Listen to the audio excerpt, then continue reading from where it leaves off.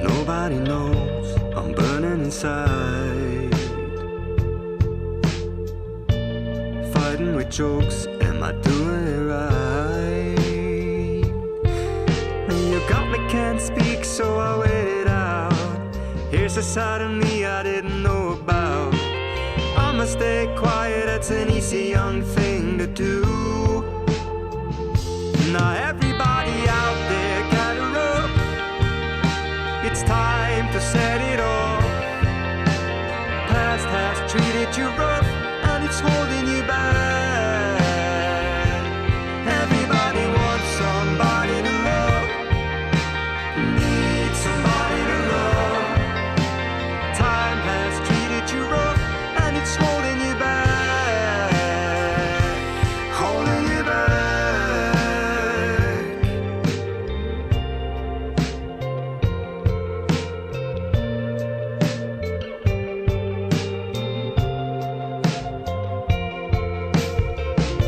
You're leaving me out, I'm breathing you in. The world never heals, but you're a medicine. Oh, you got me, can't speak, but we're hanging out.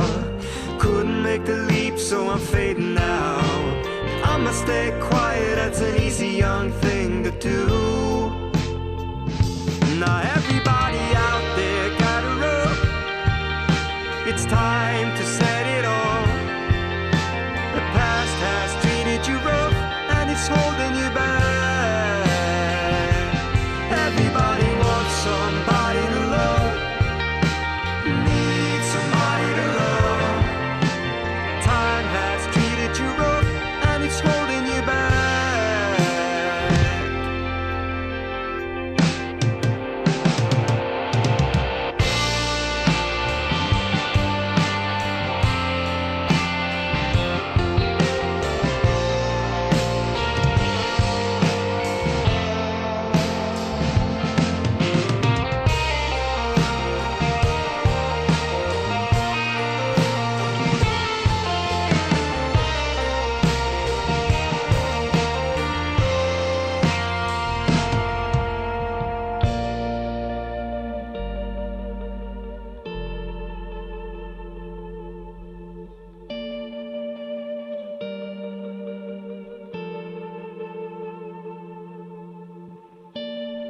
I'm lost, look at us now.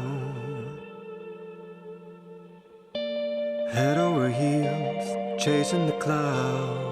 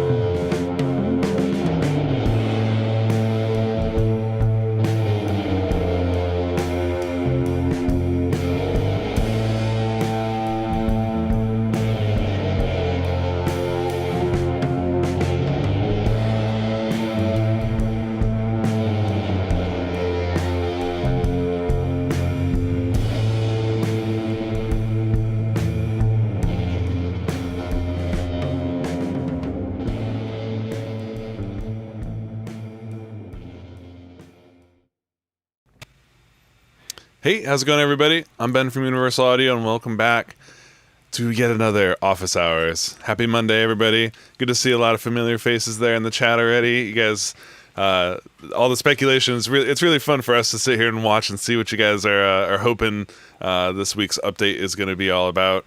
But don't worry, we're going to walk you guys through all the features that are coming out this week, answer your guys' questions along the way.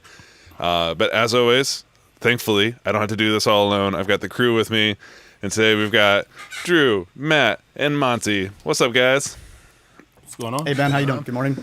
Good morning. Good morning. All right. Well, guys, this is it's gonna be a fun week. We've got a lot of stuff in our outline of things we want to hit, but I'm gonna spill the beans. Apparently, someone in chat said I spilled the beans last week, so yeah. So this week's update, we're getting templates. We're getting session templates inside of Luna. Something I'm so excited about. Personally, I use templates all the time for every stage of the process, so it's gonna be really great to now have. And then there's also the utility row that came out in the last update. We've added another feature to that that allows you to add delay to your tracks as well. Just like you can change the polarity, change the trim and levels, you can now, quote unquote, trim the delay of a track. And we'll show you some cool, both practical and also creative uses for that trick. So yeah, guys, man, this is it's gonna be a really fun one. Exciting. Yeah. We've been rolling these, before we jump into Luna, we've been rolling these UA effects ads, ever since the beginning of the year. And I'm so stoked. I've been seeing the pre-orders are now starting to ship. People are starting to get them in their hands. And I know, Drew, you said you're seeing people on the forums and across social media starting to post up their own pictures and videos. The unboxing, so the typical unboxing stuff, like the people love their unboxing videos. So, and the pedals are beautiful. So like getting your hands on them for the first time is such a cool experience. So it's awesome to see people, experiencing that for themselves after a couple months, I guess, of watching videos and seeing us do stuff. So yeah, super exciting. I've been spoiled over here getting to play with them since we announced them, and I'm so glad everyone else is now getting the chance to do it as well. And yeah, it's gonna be. There's also for those of you who are interested, it should be out. I think later today. There's some new sound example videos for those pedals. So if you're, we've kind of shown some stuff in the announcement show. Obviously, the trailers are full of effects. But these new sound example videos, they're very specific. Each one is just one effect. So if you're kind of curious to hear what does the tape echo actually sound like, just the tape echo, nothing else on it, the videos that we're dropping today, be sure to check those out and hear it for yourself. And if you haven't already ordered one, I'm pretty sure if you're anything like me, this will put you over. This will put you over the fence on that one. It's pretty undeniable. There's the Hot 50 sale, which is about to end. So if you've had your eye on any UAD or especially Luna extensions, I think there's 1 or 2 more days left on that. Same with the satellite promo, the Thunderbolt card promo. There's a bunch of stuff that's starting to end here at the end of March. So if you've been thinking about that, if you've been on the fence, jump over that fence, grab the stuff now while it's still on sale.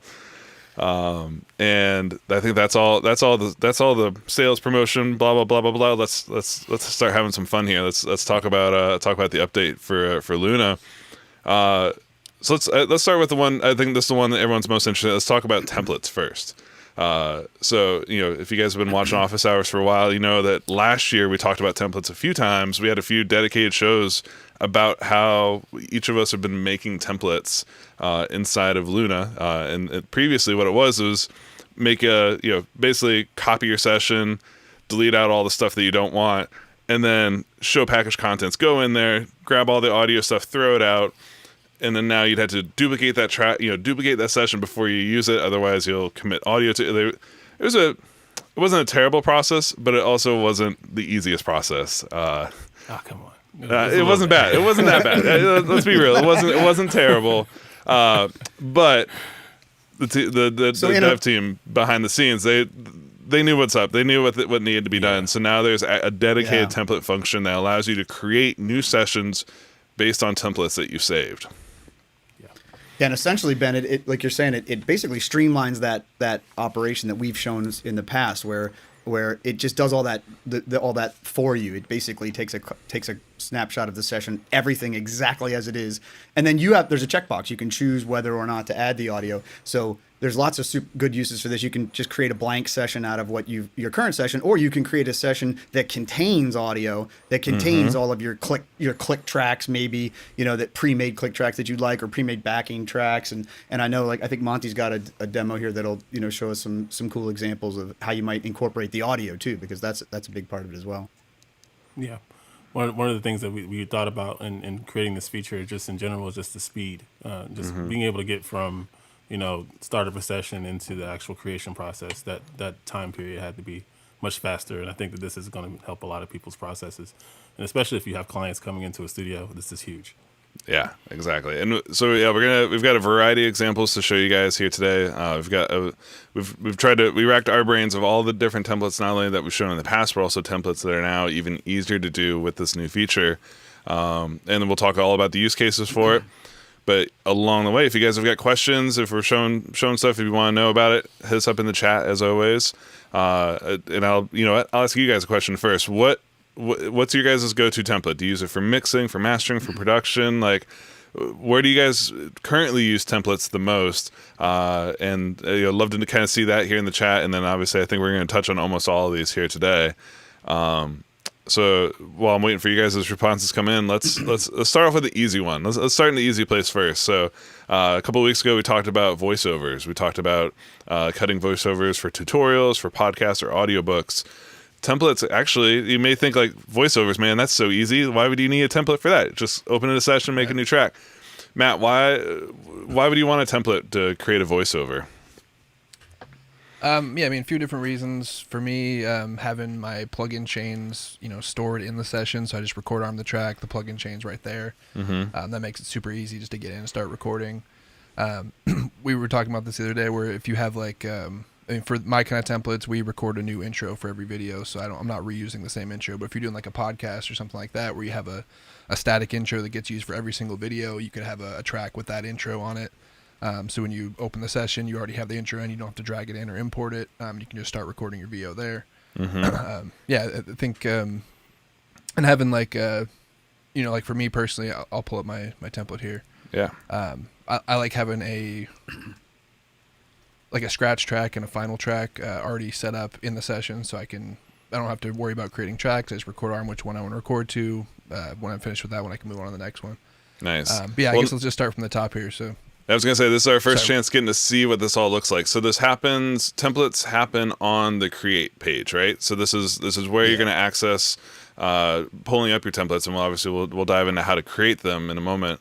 It's basically they've just added a button here under the new, you can name your session, but then you can select a template to base that session on. Yeah, so where you would have selected, start from AAF before, now there's a little template button. So I click that, and the little window comes up with all my saved templates. So for this one, I'm just going to select the VO template. It's going to show me that VO template's selected here. It'll auto-populate the tempo and the time signature based on the template I select, but I can also change that too for whatever reason. If I want to do a different tempo than I normally do in the template, I can do that. Give it a name just like you normally would. Choose where you want to save it just like you normally would, and then hit create, and it's going to open the new session based on that template. Nice. Just like I was saying, I got a scratch VO track, I got a final VO track. Usually I'll record the scratch VO track first, just so I can get the timing figured out and everything. And then once I have that all laid out the way I want it, I can kind of use that as a template to record my final VO to it. And these tracks not being record armed, there's no plugs on them, but as soon as I record arm the track, it's going to import the channel strip, preamp, and the compressor that I like to use.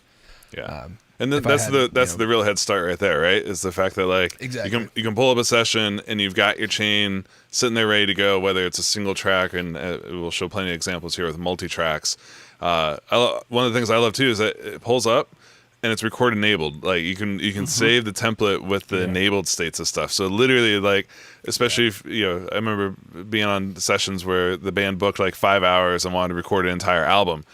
That speed was kind of the number one thing to be able to do the ridiculous requests that they had of let's keep recording, keep going. So this will allow you to keep up with the speed of your clients or whatever you're creating. Totally. Yeah, and it saves all the hardware settings too. So whether I have that input set to mic or line, whether I have phantom power turned on, low pass or high pass, all that, that all gets saved in the track as well. So yeah, it's really great for just open the session, hit record, you're ready to go. I don't have to do anything else. Hell yeah. Nice, man. Well, and seeing a couple questions here in the chat that are easy get you is when is this update dropping? It's going to be coming this week. It should be sometime before Friday. Yeah. That's fair estimate there. Usually they come out on Tuesdays, but this one might come a few days later. Larry is asking, is the directory path saved with the template? I think the answer to your question there, Jerry, is no. So the templates, all Luna sessions store the audio inside of the Luna session. So you're never dealing with audio kind of ending up in a wrong folder or something like that. But as you saw when Matt created the session, it follows wherever you tell it to save, just as if you're creating a fresh session. So your templates they show up. It's a special designation. We'll talk a little bit more about sharing templates and where those actual template files are stored here a little bit later. But Damon's asking, do templates save the cues? Absolutely. Yep. Yeah. Everything in the session, views, what rulers you have selected, how tall things are, what's showing, what's hiding. It literally saves everything. Most importantly for me, the metronome settings. Depending on your count-in preferences, your cue, how your click is all set up through your cues. Guys, everything about the session gets saved as part of these templates. Yeah, it's great in that regard. You don't have to manage like a separate console session. Everything, it's all in one place. So. Barry's asking, full templates for now. Can you import individual channels from a template? Monty? Not yet, guys. But it's on the road though. We're on that road. I was like, you guys can see where we're going, right? So yeah, Districts asked the same thing. Import session data. Yeah. So guys, this is the step along the way. So we're starting with full templates. Mags is asking, is routing inside the session saved? Absolutely. We'll show you. We'll show you, especially as we get more into these mixing and mastering and even the tracking templates. All the routing, every aspect about these sessions is getting saved. All right. Yeah, Matt. Anything else? I guess around VO templates that you feel like would be helpful for people to know? Nah, this one is like super basic, super simple. It's pretty much just a couple audio tracks, with plugins already loaded. So that's a good entry level, preview of templates. We'll go on to show you some more advanced ways to use them as well. Awesome, killer. So let's talk about production then. So I know Monty, you were you do. How do you think about production templates? Like how does this help you get going and get started, whether you're working for yourself or working for a client? Well, for myself, it depends on what I'm working on. I have different types of workflows depending on the use case. If I'm working on personal production, usually I want my inputs routed for my synthesizers or for my guitar gear, things like that. But the big use case I find is when I have someone else around that I need to speed things up a bit, and I don't have time to tinker because I'll mess around with routing and you tinker, but if you don't want your client's billable time wasted, so you have to have some things together. So from tracking a rapper or tracking a singer-songwriter or a guitar player that just wants to come in and sing on the mic and play some guitar, those workflows to me are prime template territory, just because you do them so much, and especially for those of us who do track hip-hop vocals, this workflow is you get a client that says, I want to come in 2:00 in the morning to start recording. It happens. Yep. You want to have this thing ready to go. You want them to go in the booth, get rocking, and then out of there. So and you don't want to spend as little thinking power as possible at 2 a.m. Yes. You don't want to leave it. You don't want to be like, oh man, did I put the right thing on that? Like, no, you got a template that like. That's your go-to. You can have the go-to chain and not just the chain, but also the tracks and kind of setting it up. So let me show you your screen and have you walk us through what you're dealing with here. Yeah. So my template is very simple for a rapper. We usually have like a main vocal bus, and I'll show you this in mixed view because it might be a little easier to view. But we'll have the 2-track, which typically a hip hop artist or R&B artist that wants to come in and sing, they have a 2-track ready to go, and you want to make sure that 2-track is already in the track that you can drag it in, set your BPM, and get moving. And so I usually have that at the top along with my main, so I can control these 2 levels. I have my lead vocal track, any double work they might want to do, just layering vocal, and then ad-lib tracks here. Then I have a reverb and delay send, and all of my inserts are already ready to go. On the track, I have some master bus sauce. I have my reverbs, my favorite reverb and favorite delay ready to go. have some auto tune ready to disable or enable on the track, and I can do that as a record effect as well. But depending on how good the auto tune work is, you might not want to record that to track yet. Yep. So I usually have that in my insert. And then I have a choice between having like an Avalon if they're recording on an 87 and you want that Avalon 87 workflow for hip hop vocals, or if you want to do like a 47 in the LA2A Pultec type workflow, you can do that as well. Nice. So you're so basically this is- you're stashing away some different options on your channels. So you're not Yes. necessarily always using everything on there. You just kind of want to have them at the ready, so you're not having to like, oh, here, 1 second, let me pull this up. It's like, nah, Right. it's right there. Like bypass, Right. I mean- disable this one, enable that one, keep moving. Yep. It's really fast to get to your inserts in Luna, but I think just having it here, and then when you disable it, you're not gonna. And I also do it for AV reasons as well. Sometimes I might not like the sound of that compressor on that hip hop vocalist. Especially, it depends on how dynamic the voice is and things like that. I have different choices here for that reason. But also just having my sends already routed and ready to go is huge. Not having to set that up and get the routing ready to go for that at all. It's just there. Cues are ready to go, and it's an immediate workflow. And the other major thing is that in the studio we like to hear things loud, and No, I have we no don't- idea what you're as talking about. engineers What? don't. But the artist loves to hear Yeah. their music loud, and they have a crew there. They want to feel the energy in the room. So the master bus is just here for the ability to dial something in or just have something dialed in that just sounds great in the room. Nice. Yeah, that would be that workflow. It's a little different. See if I can open up I'll just create a new one just so we can go through that workflow again. So I have a singer guitar template. I'm going to create that. And for folks at home, you may notice there was a missing window just now. Monty's, the way he's sharing his screen, we can only see the main window of it. But Sorry about that. Yeah, we'll show you guys. We'll show you guys plenty of the template creating process here in a minute. Yeah. So the idea is for this vocalist that we have a lot of our summing and some tape stuff going on, and that's ready to go. So it sounds really nice for that singer-songwriter. They have acoustic guitar tracks ready to go, guitar 1 and 2, with the guitar bus. I can set up my spills here really easily. Everything is pretty much ready to go for them. They get into a hot mic scenario, so like record enable is there already on. This is like clutch for a session. They walk in front of the mic and start singing, and they give you the click, you dial that in, and you're ready to move. You got the API on that track. You can do different scenarios. Same thing with this type of scenario where I can disable, enable different compressors or EQs. I can have different master bus on it if I want, but this is typically the go-to for me when I work with like a singer-songwriter. And songwriters love it because they can hear echo and reverb automatically in the microphone. They get inspired. They're doing their vocal warm-ups and they're hearing themselves in their little safe space, and it feels great. Yeah. So, Well, it's great for you too, right? The fact that you don't have to think about this stuff every single time, so you can focus a lot more. This is one of those things, especially when you're an engineer, but also especially if you're engineering and producing at the same time. I'm sure all of you guys that wear multiple hats out there will know, like, it's really hard to be thinking about sonics and then also be thinking about the lyrics and the music and what they're actually, how the performance is coming across. So having these templates, you can kind of build yourself.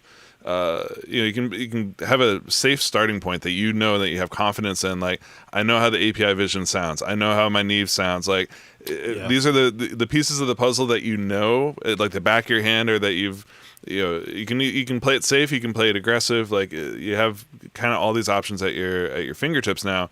But the most important thing is that you're no longer having to sit there and think about which pre should I pull up today. It's like, nah, this is the one that's in my template. It works every time. Same for the reverbs and the delay. It's just like not having to necessarily go in and pull up the EMT, pull up your favorite preset, and then get moving. You've got it here in your template, ready to go. And of course, you can tweak after the fact. But like that speed and create, it's hard to overstate how important it is to get let yourself and your artist really kind of get into that creative zone as quickly as possible. Yeah. One of the other things that, from a production standpoint, which I didn't prepare yet, but one of the things that I know a lot of producers do, I don't use tags personally, but a lot of producers use tags. when they do beats, and they're setting up a workflow for their beat making process. So they may have like an MPC or a machine or something like that, or they're coming in from Ableton or whatever their workflow is, but they have the ability to save in session templates their tag in the intro. So this is something that's also is speed as well. Also having drum kits on the ready, just having a ton of libraries just there to pick from to do beats is another really great workflow as well. So that's just a different use case for the same type of mentality, just speed. Yep, totally. And I'll show you. We'll talk about. I've adapted some of the stuff that again we talked about. We showed some template work last year doing kind of the workaround method. So now I've been translating all those into templates for myself over here, and there's some really cool tricks. But one of the trust me, guys. I saw some comments, people asking, how do I make these? Does it? We're going to get to that here in a second. But someone also was asking, are there templates included with the download? And Monty, correct me if I'm wrong, I believe it's actually it ships blank at the moment. So you guys are getting the template feature to build your own templates to start with. That's correct. Right now we're anticipating everybody kind of knows what their workflow is, and we're going to let you make your own templates, and that may or may not change in the future. But right now we want everybody to have their own set of templates to work with. Yeah, and of course, kind of goes along with that. You guys are probably wondering, where can I find the templates? So they're fairly easy to locate. They're inside your user folder. Here, I'll share my screen so you guys can see where these are located here. So we got user folder, your name, documents, Universal Audio, presets, session, and then here you'll notice they even have a different icon to them. They're now specifically Luna template sessions that you can work from, and so these you can share these just like you would a normal Luna session. So if you do want to pass along sessions from one person to another, that's where you can grab them. And I'm sure this is gonna pop up a whole community of template sharing. But of course, every Apollo system's slightly different, right? You got a lot of folks are just running with a twin, but then you got people with expanded systems. There's a lot of flexibility. And speaking of like big systems, Drew, man, I know as soon as we started talking about templates, you're like, dude, I got drum tracking, I got mixing, I got math. Like you just like your brain started going. But I thought one of the really cool things that you were kind of highlighting around your tracking workflow specifically was the fact that you can almost emulate tracking through different types of consoles. Because we've been talking about how templates save absolutely everything inside of a session. One of the other things they save is versions, correct? This is this feature is in my world. This is like tracking bands every day. Having this at my fingertips is just insane. I mean, I'm used to this. Previously before Luna, you could create console sessions, right? So you could have your console sessions, and you could have channel strips within console, and then you could connect them to your DAW, and you sort of had this that workflow kind of sort of. In two places though, but with Luna, it just all comes together. So for me, like, I have several things I can show today, but like I'm showing one of my tracking templates here. And like you said, Ben, it's really like it saves everything. So in this session that I currently have, if you want to go ahead and share a screen, if you want to throw that up there, I can start to walk you through this. Oh wow! By the way, Drew got a screen upgrade recently. He's not rocking the 4K, so don't worry. We'll bug him and we'll make sure he zooms in so you guys can see the details here. I definitely will zoom in. So there's that first impression though is always epic when you pull that up. You're like, okay, so let's walk us through what you got here. Yeah, so in my studio, I have two X8Ps because I love me some Unison preamps, and that's like the foundation of my studio. But I also do have some external mic pre's that I come in through an X16. So here in this initial tracking template here, I've kind of got things built, and there's several things to point out here. So as you mentioned, Ben, like if you go up to the top section of the session, here's where you can see sort of your virtual input console, So in this particular version, and I'm going to show you I'll show you some other versions as well. But in this particular version, I've got the 1084. 1084 has been my favorite for a while since it came out. It's still, in that in that honeymoon phase, I guess, as you'd say. So I've got some pre-made drum tracks, and if you and you'll notice a couple things. One thing to mention here that's a little bit of a precursor to what might come down the pike, and that is you might notice that I've got my tracks created and pre-named, but I also number them. And the reason for that is because from this template, it's for me when it comes to mixing, and when you do a mix template and you need to import sessions or input files into your mix template. If you number them ahead of time, then they'll auto sort when you export them from the one session. So rather than sorting alphabetically, they'll sort numerically. And that makes it a lot easier to bring them in when you're going from your tracking session. Maybe you're bringing it into a mix template, and then they come in order, and then it's simply a matter of dragging them all and then, grabbing them all and dragging them up. Nice. So numbering them, is a little tip for that. You also notice, so I've got the Unison preamps up here. I even have summing. I have summing pre-enabled, even though it's not going to be part of the ARM process because buses are obviously bypassed during ARM. But the goal here is this is a tracking template, but it's also the beginnings of my mix template, right? So it's important to have these buses in here. And it gives you that experience, like when you press play for the band, right? They come back and they start listening to it. When you play back the tracks, it automatically is going to get routed through the summing, through the Studer tape. It's going through all of these the extension processes as well. So that way, that first playback, they're like, Drew, that sounds even better than it sounded in the headphones like 1 minute ago. What'd you do? Like you get that, like that moment. Guys, I can't stress this enough how good that moment is when they're like, Drew, what did you do? Because this sounds even better, man. Yeah, it's a great feeling, and it's kind of the way things have always been. Speaking of tape and summing, the other thing I thought I would highlight here was that maybe people don't, not everybody knows this, but like I'm using different instantiations of tape. So, for example, over here, I've got machine A set up at 15 inches per second. So, and that's all of my drums. You can notice that these Studers are red because that's machine A. Whereas for bass, I want them at 30 inches per second because I don't want that little bump on the bottom end there. So all of these guys are in Studer B. And then machine C is oxide over here on these keyboards. So machine A, machine B, machine C, you've got a lot of flexibility in how many different tape machines that you want to use. And then, of course, when you expand to show the tweaker screws, you get even more control on a per track basis as well. That's rad. So all of this is preset. Yeah, it's all preset. Over here, I have some X16 inputs. So if you're using Luna only with mic inputs or high Z inputs, you might not be familiar with this look right here. This is these are inputs from an X16. You can see the reference level here. So there, you're using external mic preamp. So you've got an analog mic preamp feeding a line into your X16. Exactly. And this is how those show up. Exactly. Yeah, I love how you have your inputs labeled very, very precisely as well, Drew. Of course. Yeah. It's the day kings, the APIs. I got to keep all that stuff neat. It's just it's a sickness, I guess. But anyway. So I've got some guitar stuff. Yeah, feng shui. Yeah, that's a good way to put it.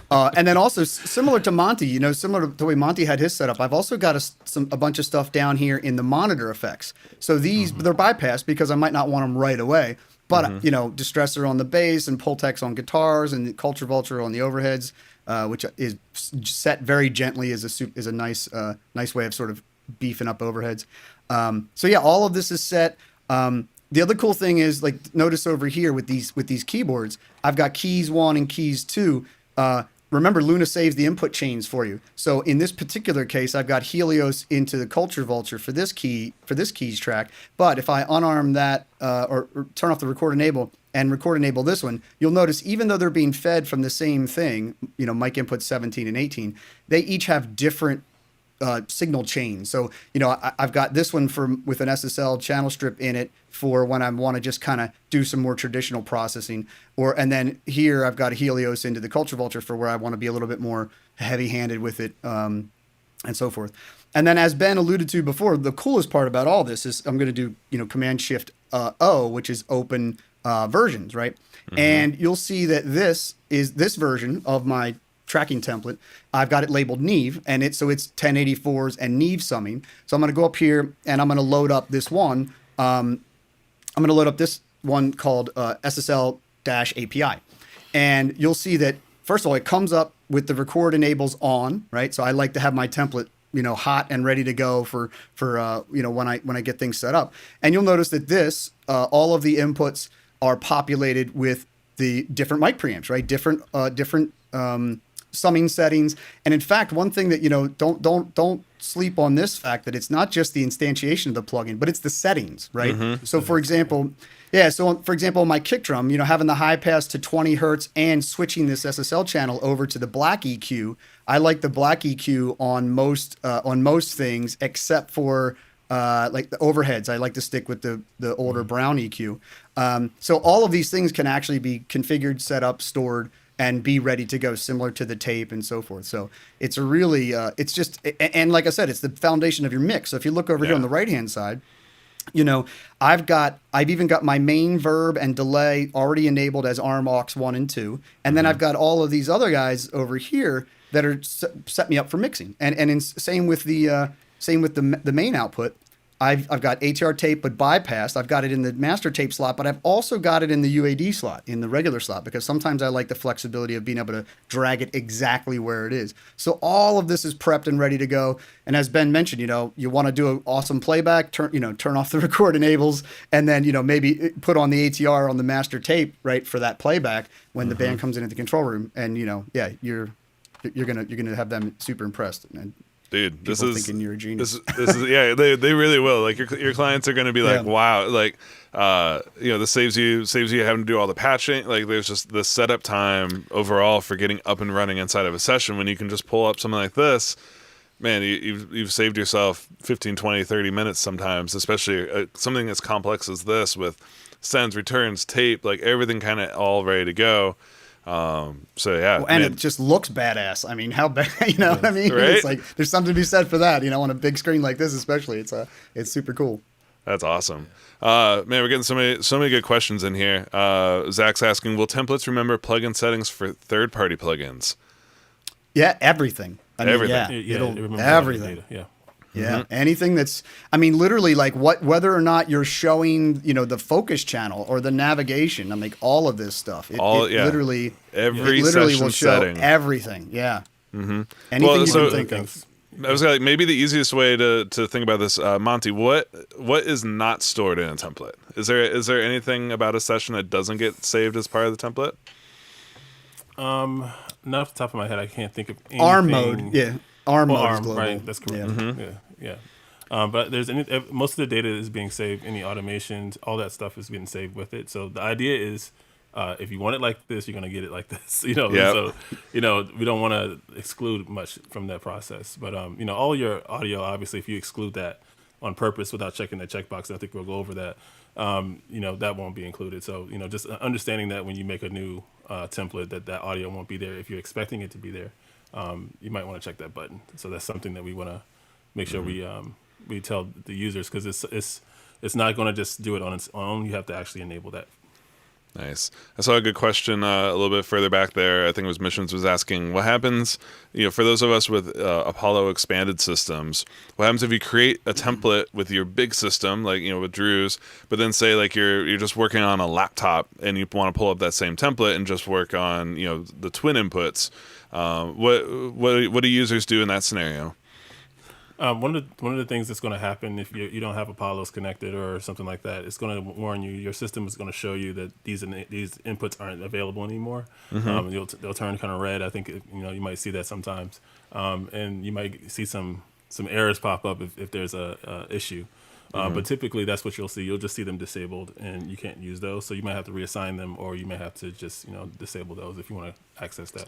But if you reassign them, tracking. I was going to say, if you reassign them, does it still pull up the same chain, though?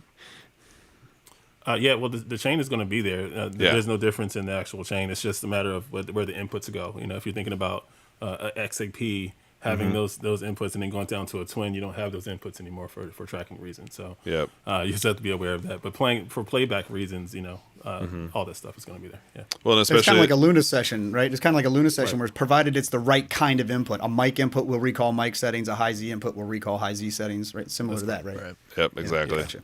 Yeah, that's the important thing to keep in mind is, if it's a mic track that you're trying to recall, and this is going to be really important for you guys as you're sharing templates with other people as well, is like reassigning the inputs, be a little bit mindful about what type of input it's supposed to be. If it's a line input, from X16, or if it's a unison input, like, those are, Matt, correct me if I'm wrong, those are basically the only two types of inputs you'll find on Apollos, right? A line input or a unison style input.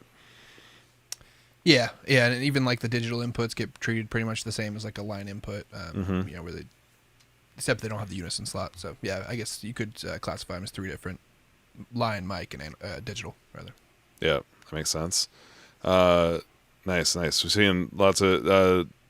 seeing tons of good questions. Different gain stage for different mics, and saving a template, so you have three different ones. It could be a godsend. You're totally right, man. And Drew, I think both you and Monty showed a little bit of this. Like, you can have tracks in your template that you don't necessarily always use. So having, say let's take a guitar player example here, right? You could have, your aux as one channel, but then sometimes maybe you want to use a Marshall inside the box, or a Fender, or you can set these up. Right. You could load up a session theoretically with like 100 different guitar options, kind of all preset to your taste.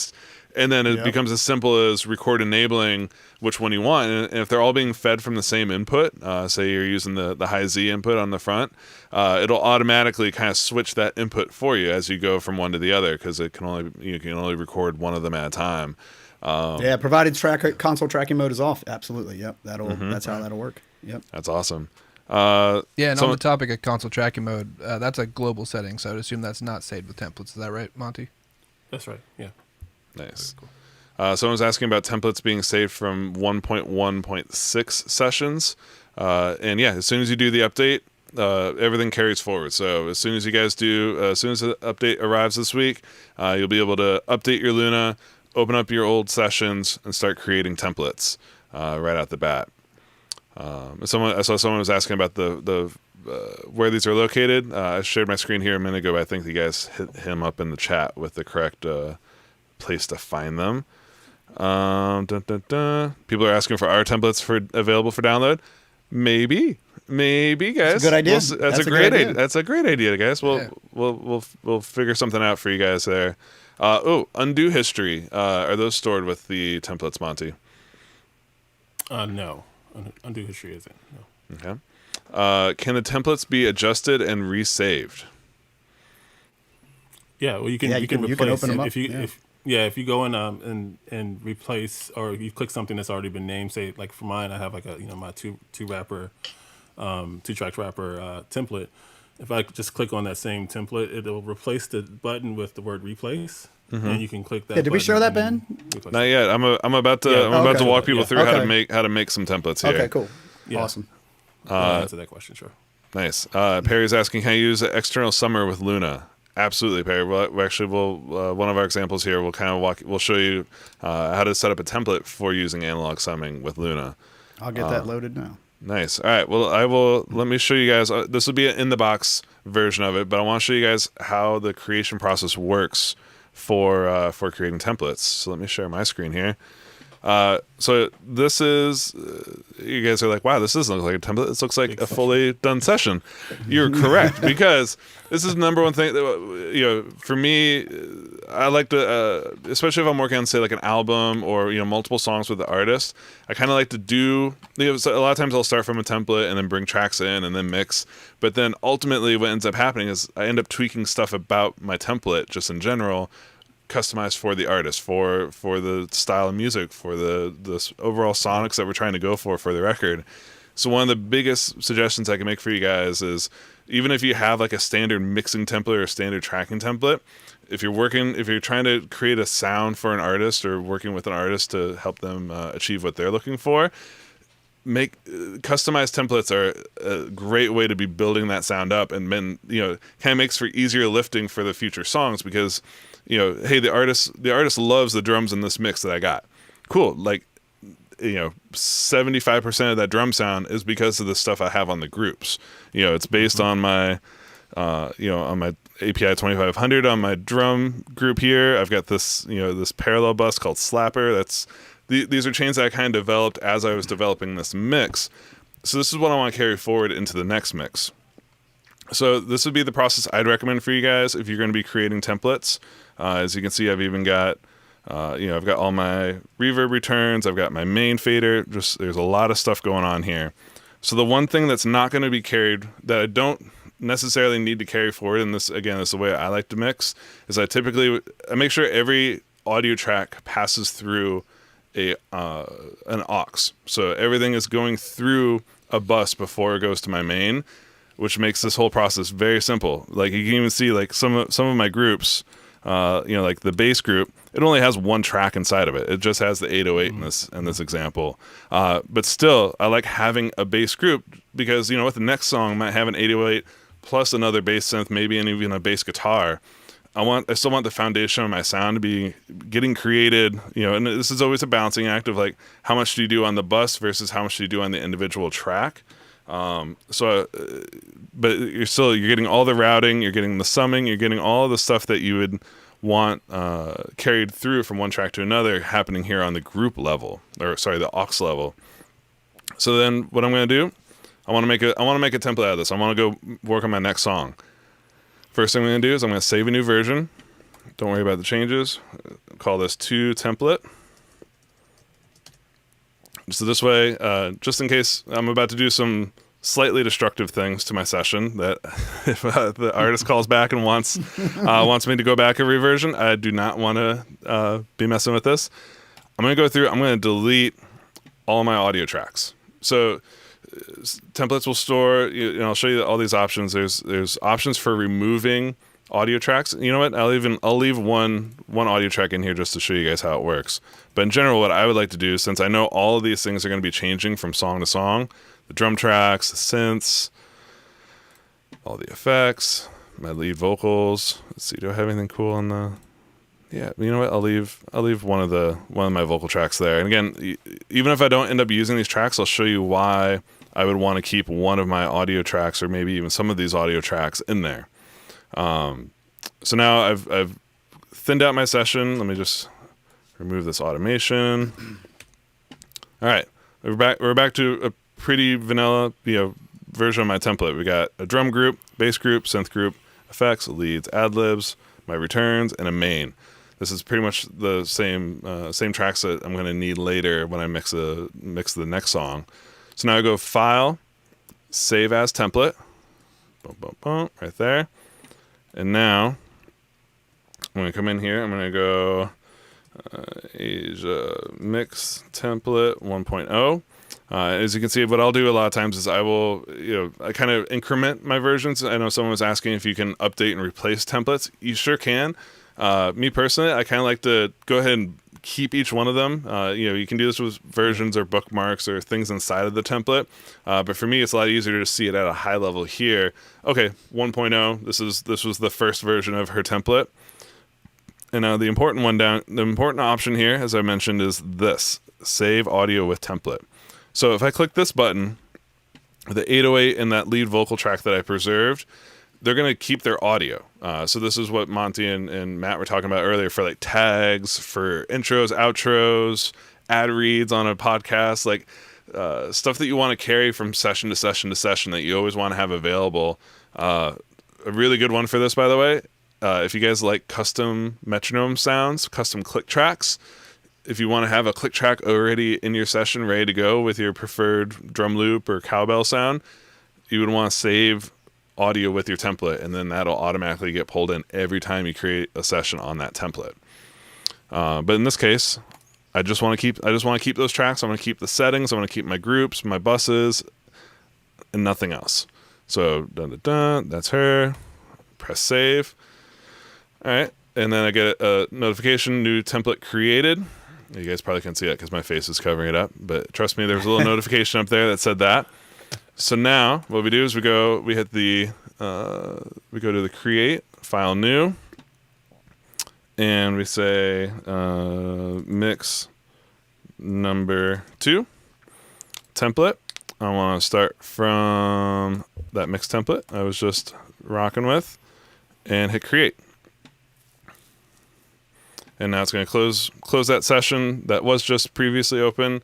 It's now creating a new one based on that template, and it's loading up here in real time. Boom, there we are.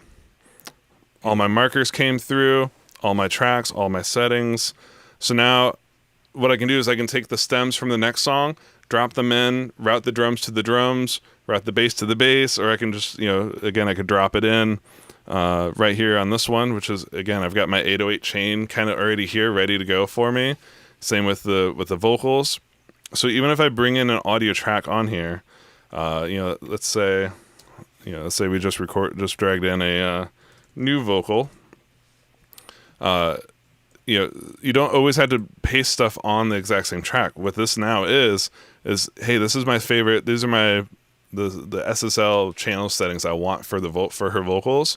What I can do is I can just option click and drag that over to the next track. So this way I've got kind of my starting point that I want to use on all of her vocal tracks preserved from one session to another, on top of the fact that it's getting routed through all the shared processing here on my lead bus. So yeah, that's how you make, and this is all kind of in the box. So there's plugins and routing and all that sort of stuff kind of going on. I've got summing. This was a very modern hip hop song. So there was no tape. Don't worry, as you guys saw, tape comes through. I did not use any tape when I did that first mix. So yeah, that's how you create a template. I'm sorry, I'm not looking at the chat while I'm doing this. Were there any questions or anything I need to clarify about that process, Matt or Drew? No, nothing about the creation workflow. I think that's all pretty clear. Awesome. And so yeah, you guys can do this from any session you have. Again, the big takeaway tips here: before you start making, if you're going to change stuff about your session to create a template out of it, save a version first. Do your dirty work. Delete stuff that you don't need. Reset volumes, reset automation, reset all the stuff that you don't necessarily want to get carried forward into your template. Do what you gotta do, and then save template. And just for sake of completion, here, let me reset. Let me just kind of reset some faders. Because I saved my template, but man, actually, you know what? I want to make sure. I want to start my next mix. I want to try to be better than my old self, and instead of trimming things back, start them up here at 0 dB and mix from there. So now I can go File, Save as a Template, and I just select that template that I just worked on. And like Monty said, you'll see here the button, instead of Create, is now Replace. Do you want to replace it? I sure do. There we go. So now next time I create a session from that template, it's going to be this updated version with the faders now at 0. So yeah, guys, it's kind of that easy. That's the really cool part. Is it's not a complicated process, but it's definitely, for me, man. It's speeding things up so well. Yeah, nice, awesome, guys. Well, so that is an in the box version. And so, Drew, someone was asking about kind of summing. Summing templates. How do you have your setup, and how did templates kind of help you with this process? Well, luckily, it's kind of similar to what you just did there, Ben, because with summing you have individual tracks, but you also have the buses, which is the buses that are sending to it. The example I have here is this very simple, just an 8-channel summing example prepped, but you can obviously you can have more channels than that. Mm-hmm. And so as you can see here, what I've done, the way I have this example set up is I have all of my, let's just pretend you have an 8-channel summary, you have a D box or something like that. So what I've done is I've got my drums, I have my drums here, including their reverb. I have them all sent to a drum subgroup. And I like to keep my effects sort of segregated and separated and contained within the tracks that they're used for, just for exactly for sessions like this, where when you're doing a summing example, I don't want my drum reverb and my vocal reverb to be intermingled, because then if I go to make stems at the end of the process, then that reverb could be commingled between those, and I wouldn't want that. So in this case, I just simply have my drum sub going out to my second Apollo line output 1 and 2. And then over here on the bass, right, I've got the bass, which is a clean DI that's kind of a reamp with an amp sim on it. And then I also have a parallel dirt bus going on here. So of course I want the bass and its little dirt bus to go to the same one. So they're going out to 3 and 4. Same thing with guitars. I'm collecting guitars up into a group and then sending that group to 5 and 6 along with their effects, right? So 5 and 6 are going both to those. And then vocals, same thing, collecting up, including all of the reverb and effects, and then having them going out to 7 and 8. And then if you look over here, which hopefully won't get behind the Zoom thing, but my input for the what I'm calling the capture channel, right, or the sum return, this blue channel down here. I have that set to burl left and right because mine's a burl summing mixer. And yeah, so they come back in there. You'll notice I am in ARM mode. So on my sum return track, when you're in ARM mode, you can actually monitor through UAD plugins live. If I wanted to, I could turn off ARM mode and monitor through any AU plugins as well. So anyway, so that when the time comes to move to the next song, the way templates could help you here is for basically the same thing you just did there. I could save this as a template, right? I could save the save session as a template, and then when I go to do the next song, I would just export the files out of the previous session and then import it into the session into my summing session, and that one might look kind of like what you showed, Ben, like a modified version of yours. So in your template for summing, you might only have all of your groups and all of your subgroups that then feed your effects or have the effects that are associated with them. And then it's just a matter of bringing in the files, Command I to bring it to import the audio. And that's where the numbering comes into play. I do this quite a lot. I love to number my tracks, and you can, it seems like if you do it as a part of your template, then Luna does it all for you and you don't have to ever do it. And it just makes it easier because it numbers them, and when you bring them in, then it's just a matter of dragging them up to the previously created tracks that you have done. So it simplifies that process. Nice. So yeah, so in the context of summing, it's kind of similar to what you just did. It's similar to that workflow, that mix workflow that we've shown before. So yeah, it's pretty cool. Like this is the head start that a lot of you guys have been asking for. A lot of us depend on this template kind of head start. Another suggestion, I just wanted to make for everybody out there: if you guys have been keeping up with all the Luna sessions that we've delivered, guess what, guys? Templates. You can create a template based off of those sessions.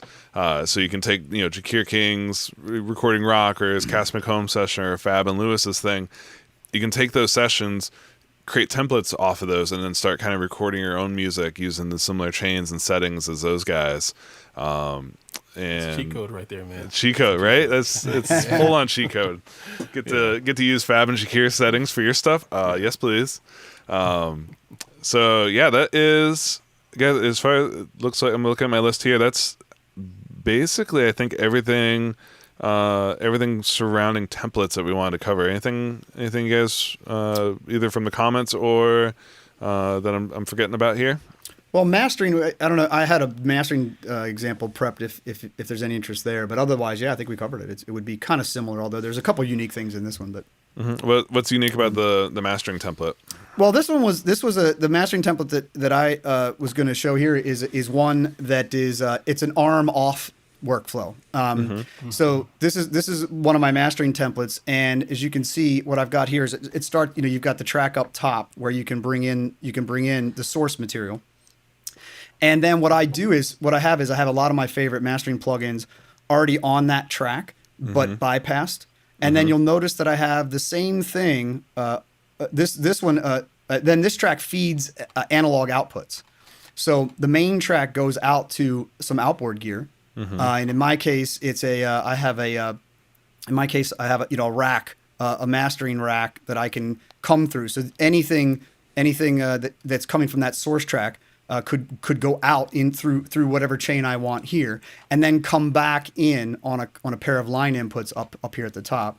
And then I have the same plugins over here. So in other words, these are all pre-analog instantiations of my favorite plugins. So if I want to hit it before it goes out to the analog world, and then on the way back, I have them hitting them again. So I could have the curve bender before it goes out to the chain, and then the Fairchild after it comes back from the chain. So this is all kind of pre-made. And then the one unique thing about this is I've got the return of this going to 2 different sets of virtuals.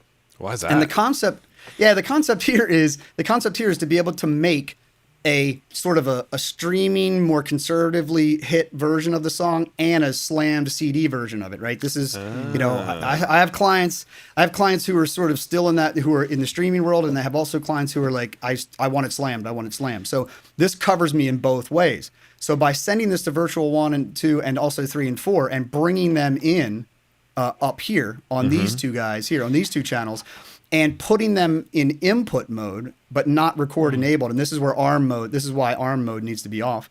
So the idea is that I can have a streaming version, which has a lighter limiter, and then I can have a slam CD version, which is hit harder. And then both of them are simultaneously going to 2 other sets of virtual outputs, which then are printed here. So this is sort of a roundabout way of being able to, with the push of one button, this track will come out, go through the analog chain, come back through to the post analog chain, and flow through a streaming and mastered limiters, and then print those 2 subsequent passes there. So in one pass, right? And I'll just give you an idea of, I'll just hit record real quick. Right. So now what you've done is you've captured the analog chain, and then down here you have the streaming master and the slam CD master all in one shot. So anyway, that was Nice. And so keeping them on input mode, That's such a cool tip, guys. Like, there's no plugin tip of the week here, but Drew, you just gave it right there. That was using virtual channels inside of Luna to print multiple loudnesses simultaneously. This isn't just capture an analog chain. Capture an analog chain at the same time. This is, guys. This is rocket science right here, and it's so you can see the couple of caveats. Obviously, ARM mode is off, so this way you're able to monitor through all these things, pass it through. So there is latency in this case, but since you're mastering, it doesn't matter. Like that's the point here isn't to be real time like you're recording a band. You can turn ARM off and then do this really complex routing and processing through both UAD and native plugins, capturing 2 different loudness levels.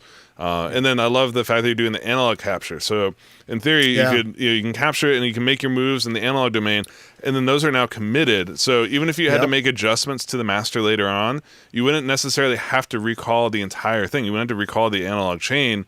You could just play back from that track of your analog capture, make tweaks based on that, and then again, just capture your final 2 limited prints. Yeah, and please don't.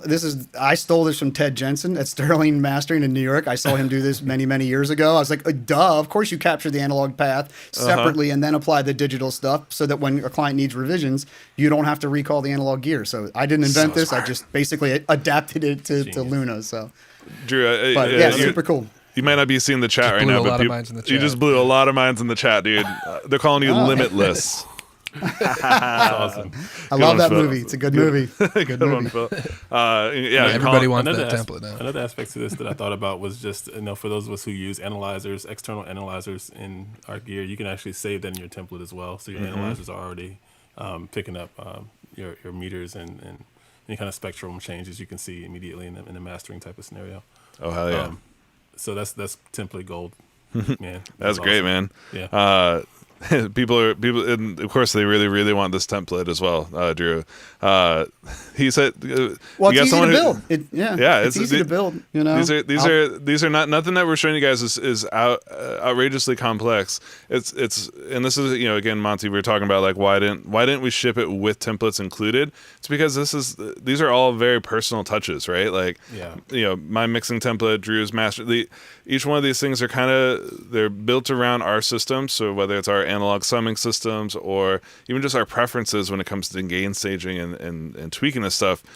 So don't worry, guys. We're going to work on sharing some of this stuff with you guys. But the big thing to always think about, whether you're using presets for plugins, downloading Luna sessions and recording things in through those tracks is like you got to really pay attention to the gain staging and to the voicing of things, because someone recording on an SM7 in New York is going to sound different than someone a different voice coming through the same microphone, same chain.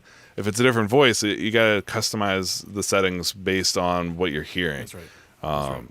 So yeah, so it was really important. What is that? What's that phrase? Oh yeah, use your ears. Yeah. And it depends. Mm-hmm. Exactly. Depends. It depends. I know everybody would love just some like hard, fast, like use this template to get incredible mixes and masters instantly.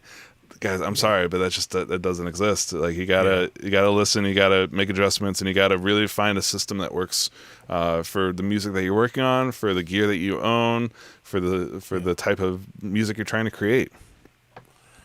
I do think it's a really big deal that you can share these things now with each other and potentially create your own thing from it. And Drew, I'll be asking for that mastering template. Absolutely, I'll slack it over to you right now. Yeah. Nice. Well, so guys, we've spent a lot of time here on templates. I want to give a little bit of shine to the other feature that's shipping along with 1.1.7, which is the delay. It's popping up here in the utilities folder. And just checking chat, make sure I didn't miss anything. Yeah, looks like people are wondering about control surface compatibility, when that's going to happen. No later than very soon. The team's working on it, guys. You guys have probably seen Drew's got one that he's testing with. Like they're working on it in the background. But they want to get it right before we kick that one out the door. Turns out it's complicated. Surprise, surprise. It's complex. Who knew? Weird. Awesome. So yeah, let me show you guys this other feature, which is it's a new function in the utility row called delay. So let me show you what it looks like first, and then we'll talk about some of the reasons why you may want to use it. So over here, and so you got your utility row right above the tape row. We talked about this a couple weeks ago, where you can trim a track up and down in terms of level. So you can, and of course you can double click and type in a value. You want to come down 2 dB. You can invert the polarity of a track, and now there's also delay. So what this allows you to do is it allows you to take all the audio, all the information on that track, and set it back in time a little bit. And it goes all the way from 0. You can go all the way up to 1 second on here. So there's a lot of really cool uses for having delay on tracks. And this is a global thing, right, guys? So this means that everything that plays back off that track will be delayed by that amount. So it's important to, this is a great thing for if you want to kind of tweak the drum and bass feel, right? If you want to kind of put the bass player on the back end of the beat, give them like 5, 10 milliseconds, maybe 10 milliseconds might be a lot. Give them like 2 or 3 to 5, I think. What's your recommendation, Monty, for like how much should people be kind of nudging things back if they want to be altering the feel of something? I mean, I try to do micro increments as much as possible. You want to stay, probably beneath 5 milliseconds, just to say, how that feels. If you go above that, it's more creative. And so I don't think it's a wrong thing to do. If you want a more creative style, you can go further into the void if you like. So I like the idea that it can be creative and also serve a bit of a utility function. But one of the things that I like to do, especially I come from the Philadelphia area, most of our drummers like the sloppy style of drumming, and some drummers just sound too on the beat. And so you might want to pull back a snare, you might want to pull back a kick drum on purpose in a certain song, and the bass player might sound too on the beat at that point. So you might have to pull the bass player back. So by the time you do that, you're doing like a lot of micro adjustments and massaging with delay, and it does it to the entire track. So you don't have to go in and try to nudge things side to side within the clip level. You can actually do that on the track level, and you can get a good sense of feel from there. So I'm really excited about that, just from a pocket standpoint. If you're trying to really sit a rhythm section in the pocket, this is gold. Yeah, dude, Chris in the chat called it exactly right as you were saying. Like you don't have to select all the you don't have to select all the clips and move them back. You now have a control that just does that universally. That's right. It's amazing. Do you have a little example here that we can show folks about kind of changing up the feel? Yeah, and so the track I have right now is very simple. It's just a little bit of organ, some drums, and bass track. And this bass track is already kind of a little laid back, but I can actually go into the delay section. Monty, I think I'm missing your screen share right now. Uh-oh. It popped up to mine. Okay, we can circle back right then. now. I'll see if I can. Oh yeah, fix it. that one. There we go. All right, let me share. I'll share mine here because another. Go ahead. Oh, did you get fixed?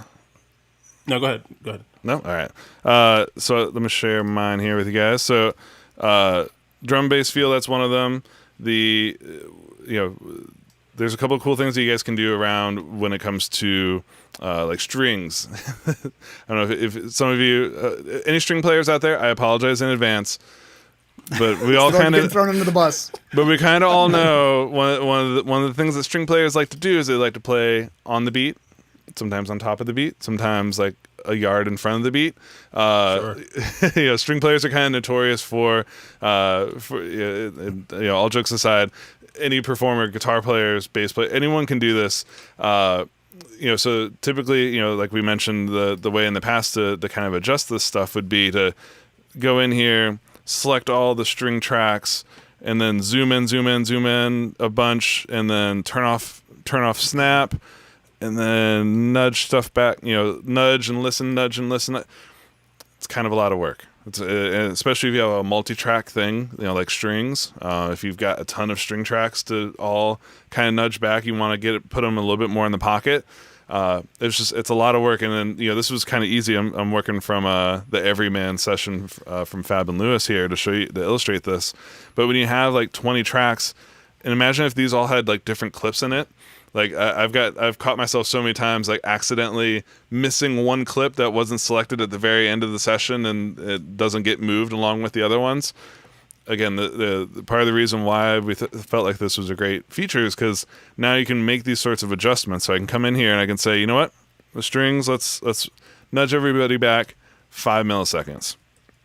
And this is, if I did it right, you notice now all of my string tracks, they all have the 5 millisecond delay on them. So I've now taken an entire string section, just a little bit back on the beat, just a little bit more relaxed. So that's a great way to kind of help performances have a little bit more feel to them. But there's also some really cool things when it comes to vocals, guys. So like let me just focus in here on some vocal tracks, including the lead. And so what's cool is a lot of times when you're multi-tracking vocals, the performances will be, depending on who your singer is, they may be a little bit loose, and you can really kind of pull out distinct voices, or maybe they're absolute beasts like Louis Cato and they sing the exact same thing perfectly in rhythm every single time. And sometimes when singers sing so well with themselves, it can kind of almost feel like it disappears, and you don't necessarily hear the doubles, you don't hear the differences between the voices. So this is another great usage for having some, adding some delay. So I can say, I'm going to take the left one, let's delay that back, 3 milliseconds, and let's take the right one and delay it back 6 milliseconds. And so now, instead of everything just arriving perfectly on time, I've kind of set the sides, the stuff that's creating my stereo interest from the vocal. They're now just slightly behind each other, so the lead stands out more than the sides do, but you kind of get more of a sense of multiple voices than you do when they're all like perfectly tight together.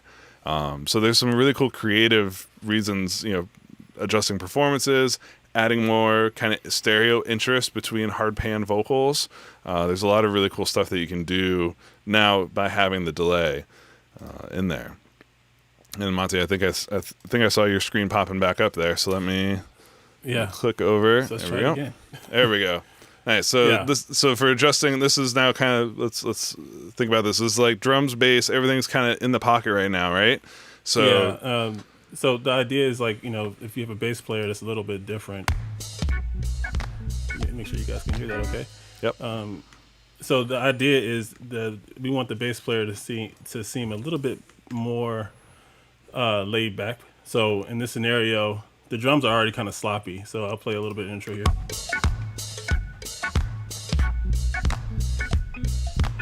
So if you hear the bass player, he's a little bit rushed. He's kind of sitting on top of that right now. Yeah. So in this case, we're gonna take it a little bit at a time, and we'll figure out. Let's say about 12 milliseconds, and I'm being drastic on this one just because I know what the feel sounds like.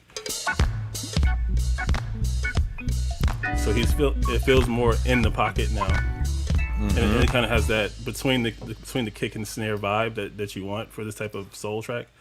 But you're not right on the one, even though it looks like it here. The delay is taking care of that, So that's the idea, and it's really for feel more than it is anything else. And it can be more creative. We can get more drastic with it, and just keep pushing that back for different reasons. But and it could be on every track. I can say the same thing. I want it on organ. I want the same thing on the drums. I want to be able to pull them around and nudge them and massage them. But that's what you're doing. You're basically trying to find that sweet spot.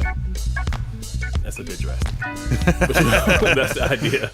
So it really works. That's the idea, though. Is to really like find the sweet spot, and you can work with a drummer and a bassist in a session. That's the best thing to do, is to work in a session to try to get them right. But if you are spending too much time, this is kind of I'll fix it in the post territory, and you can push them back just a little bit, and they might not even know. Honestly, they're just like, "Oh, I sounded great on that record," Man, I sound so good. I was super in the pocket. You're like, you were totally you got it, guy. You got it. So Monty, so we showed a couple examples. Like for me, I was typing in specific values because I knew kind of the offset I wanted. But if people want to get fine control over say the delay or just any parameter, is there a shortcut for being able to kind of keep it, make it move a little bit slower on the scale?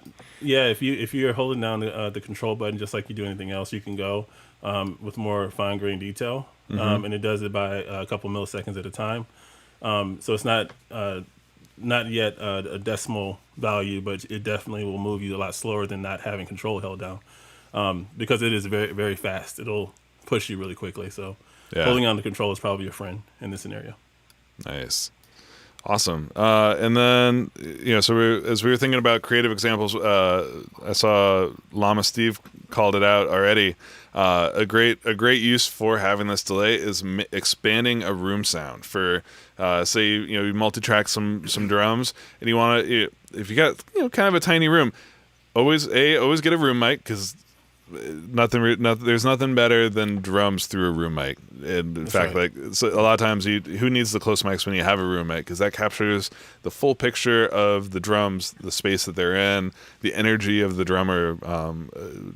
That's why they invented room mics. But if you're in a small room, sometimes we invented Ocean Wave Studios. Exactly, right? But say you want to get a larger, bigger sound out of it. One of the biggest factors for making a room sound bigger is actually having more time between the close mics and that room mic. Because sound travels at a finite speed, and I think just roughly, correct me if I'm wrong here, guys, but I think it's basically 1 millisecond for every foot of distance. Más o menos, yeah. Roughly. Yeah, roughly. Yeah. So if you think about that, guys, adding 10 milliseconds, you've now added about 10 feet of distance. Obviously, it doesn't change the character of the room, but you're kind of getting to your ears. It's going to feel like the drums are now 10 feet further away. This can be a really cool trick. And Drew, I think you've got a session here with some drums, right? Yep, sure do. Nice. So yeah, as Ben was saying, I've got a drum session here that's got some room mics. So we're gonna focus on the stereo room, and I'll just play a little bit of it beforehand.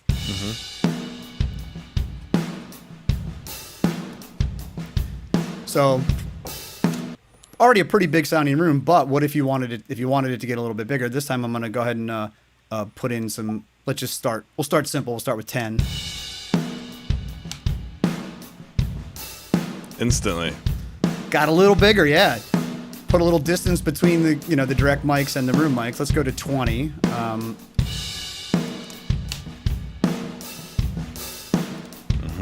And here it's just 25. getting more. It's just getting more and more obvious, right? Like that, the kind of slap, the slap against the walls in the back of the room. It's now just getting bigger.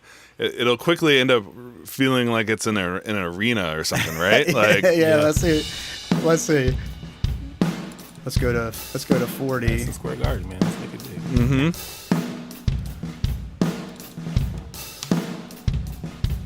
So now we've got that. We've gone beyond the Haas effect, and we're into that audible little slap, but in a cool way, I think. Still.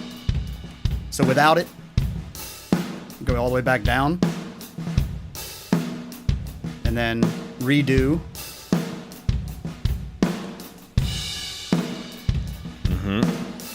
And of course, if we get crazy, we could, there's 60 milliseconds. But of course, you could if you put this in time, right? You could go to something say like 120, 250. You can start getting to the rhythmic pre-delay sort of areas where it'll Absolutely. be a rhythmic slap, or especially if you're going to end up throwing a delay or a reverb on this track. You could set it back in time using this, then add a reverb to it to make it distant and then also washed out. There's so many really cool creative. Yeah, try it. Let's see. Woo! Oh man, that's cool. Swanky. I think that's 187. I think is you know how I know it's 187 because I set release times in compressors to note values, and when you set a release time in a compressor to a note value, obviously it's not delaying the time, but it's making the compressor react in time. So that's how I know that that's 187. Nice. Great. To get that. Right. Well, so a couple questions are coming in here. Does this track delay, does this work when you're in ARM mode? Does not. Yeah, it's native. It's part of Luna's native mixer, and it's for playback tracks only. Right. Gotcha. So think of it as a mix thing. Yeah, it's a mix thing. You Nice. mean in tracking mode? I understand. Yes, that makes sense. Yep. And then yet again, Drew, you've been preempted. I want to make sure I shout out the right person here. Arthur said, could you also use this to fix phase issues? Arthur, were you reading my notes? It's funny you say that, Arthur. Are you reading my notes? Are you in my room? Where are you? Totally, man. You guys are calling it out as it is. Totally, this is a great tool for fixing phase issues. So, Drew, do you mind walking us through how you'd approach this? Yeah, so what I have is this demo that I have here. I'm going to look for a good place to do this because it's not always. What I'm looking for, I have multi-mic'd guitar. So this is the same guitar player coming out of 2 amps. And so what I'm looking for here is I'm looking for a spot in order to use to calculate my timing. And I'll just the timing of the fact that these guys are not phase aligned. So let's just find something. So if you find a transient like that, and you can see that if I measure the difference between this compression and this compression, you can see the time, and it's about if I go into samples mode. Can you? I was like, yeah. Can you zoom in so we can show people how they can measure this? So you measure. Yeah, so take your cursor out of snap. Measure the distance between 2 peaks. You can clearly tell it. Like, oh, this one was that one. Those two are connected. Yeah. Like it was supposed to be in the same spot, but they're not. So now what you did is you went up to the main bar, right? And now and this is where you can select. Changed it to samples. Yeah. Except I lost my selections. Unfortunately, I hit. Sorry about that. I hit return and I went back to the beginning of the song. So let me just re-grab my selection. And actually, yeah. I mean, I already know what it is, just so you know. So I don't need to waste time here. But so there's the first compression. And there's the second compression. And when I go up here and take my and set myself to samples, I can see that this is roughly if I zoom in and do this carefully, it would be about 44 samples. And I can convert samples to milliseconds by just dividing the samples into the sample rate. So 44 into 44.1 will give you approximately. Thankfully, 1 millisecond to make this easier. And you can also you could do that. You can, as you guys saw, you can also measure in minutes and seconds, which I believe will tell you straight milliseconds up there. Correct? Yeah. It just so happens though that this one is sub 1 millisecond. Gotcha. This particular one is it's right on the border. It's 44, 45. It's like it's hovering right around a millisecond. So if you were doing it's like it's super close. So these are very tightly aligned. We're talking about microphones that are just simply not quite the same distance from things. Yeah. So anyway, so the net result of all of this is that I'll start without it, right? Which is this is the early one. So if I play this,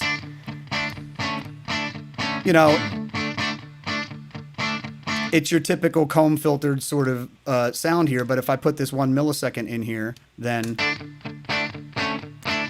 let me do that. Let me do a before and after. So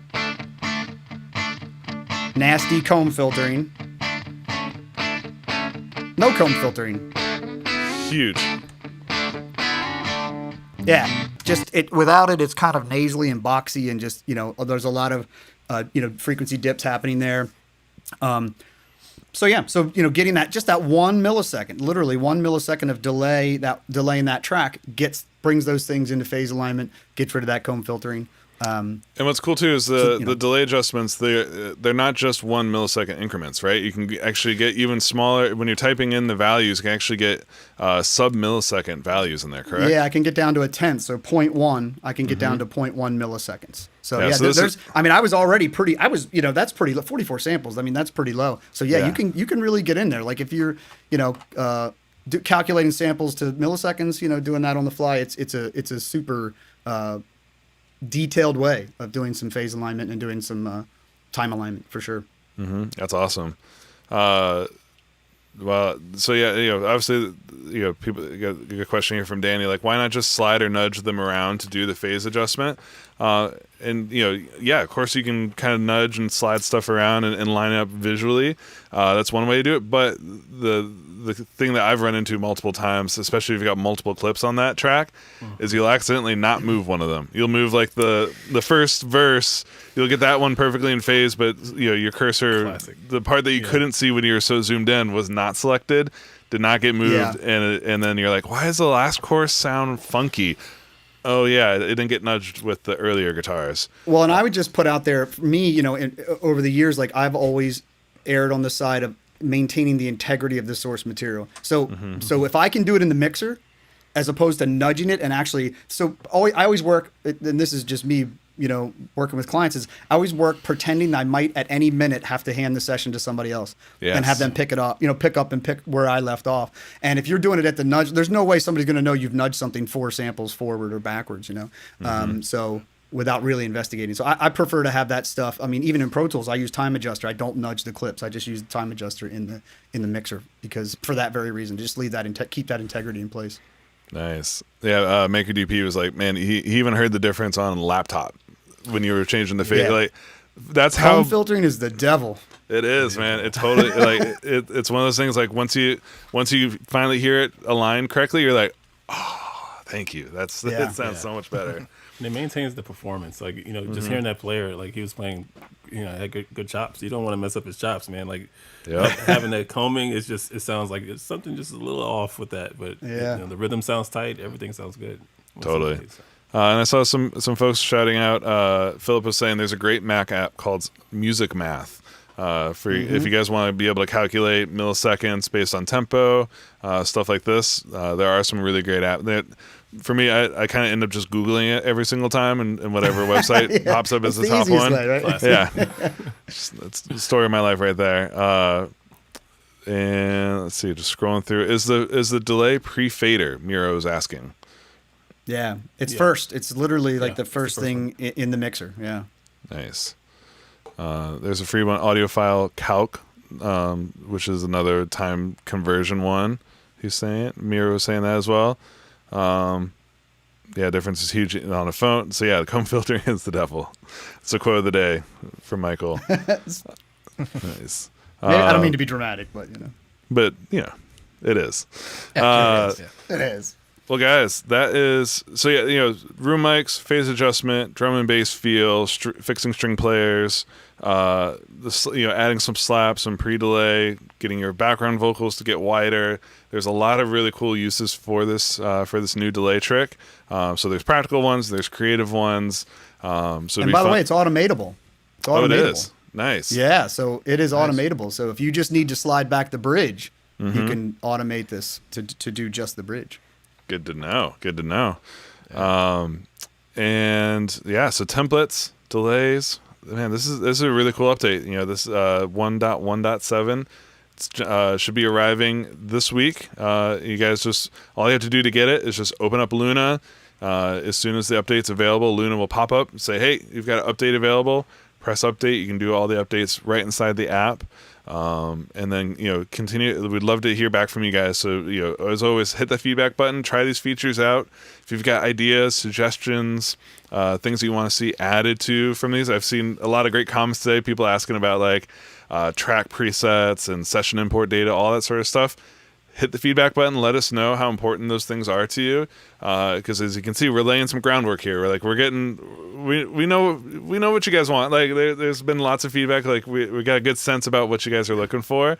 But yet again, it's always really helpful to be getting that continuous feedback from you guys. How are you finding these new features? How are you putting them to work? Got a good question. For the delay, you could kind of simulate a double tracking. You totally could. You can kind of ADT with that automatic double tracking. Yeah, especially if you combine it with panning and clip pitch. Yeah, you could definitely get some cool results there. Yeah. Some choir effects and things like that. Yeah. Awesome. Yeah. Well, guys, this was a little bit longer than a normal show, but that's because we had so much to show you guys about the templates and this new delay feature. So, really happy to kind of go along and hang out with all you guys. As always, the chat, you guys are amazing. Great questions, great feedback here happening in real time. And yeah, I guess Drew, Matt, or Monty, any parting words for the folks? Have fun. Share these things, man. Yeah. Make some music. Come up with. Yeah. Yeah. Yep. Have fun. Yeah, don't forget to have fun, make music, and share the knowledge with everybody else. That's what a great way to end it off here. Guys, thank you so much. Thank you, Matt, Drew, and Monty, as always, for hanging out with us and walking us through all these features. It's really fun to kind of round robin these things and see how everyone's using these features in slightly different ways. I know. I always learn every show. I learn something, man. Every show. Same. Yeah, me too. Yeah. And yeah, as always, everybody in the chat, Danielle, there's too many people, too many familiar faces to name all of them, but it's always good seeing you guys here on Monday mornings. And with that, guys, we'll be back here next Monday. We've got a cool show coming up for you next week. We're gonna do another one of our big deep dives about buses. So I've shown you guys my bus tracks inside of the template here, but there's a lot of considerations, a lot of things to think about when you're working with buses and using them to their fullest. So we're gonna spend the whole show next week talking about buses. So if you've had any questions or any ideas about creative ways of using busing, tune in for next week, next Monday, and we'll be hanging out, checking all about that, and seeing how you guys are getting along with the templates. And until then, everyone, go out there, stay safe, have fun, make some music, call your mom. Talk to you later. See you next week. Yeah, see you next week.